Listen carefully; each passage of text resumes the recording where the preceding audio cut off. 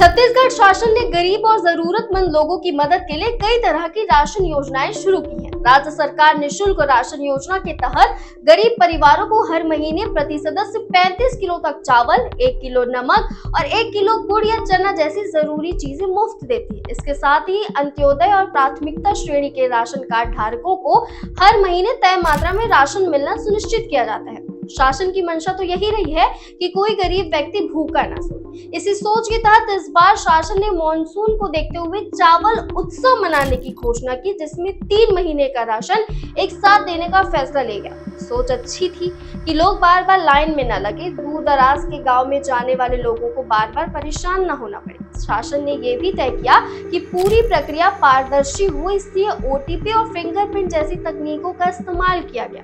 लेकिन जब इस योजना को जमीन पर लागू किया गया, खासकर गरियाबंद जिले में, तो स्थिति काफी खराब हो गई। राशन दुकानों पर सुबह से ही भारी भीड़ जमा हो गई। जैसे ही गेट खुले, लोग धक्का मुक्की करने लगे।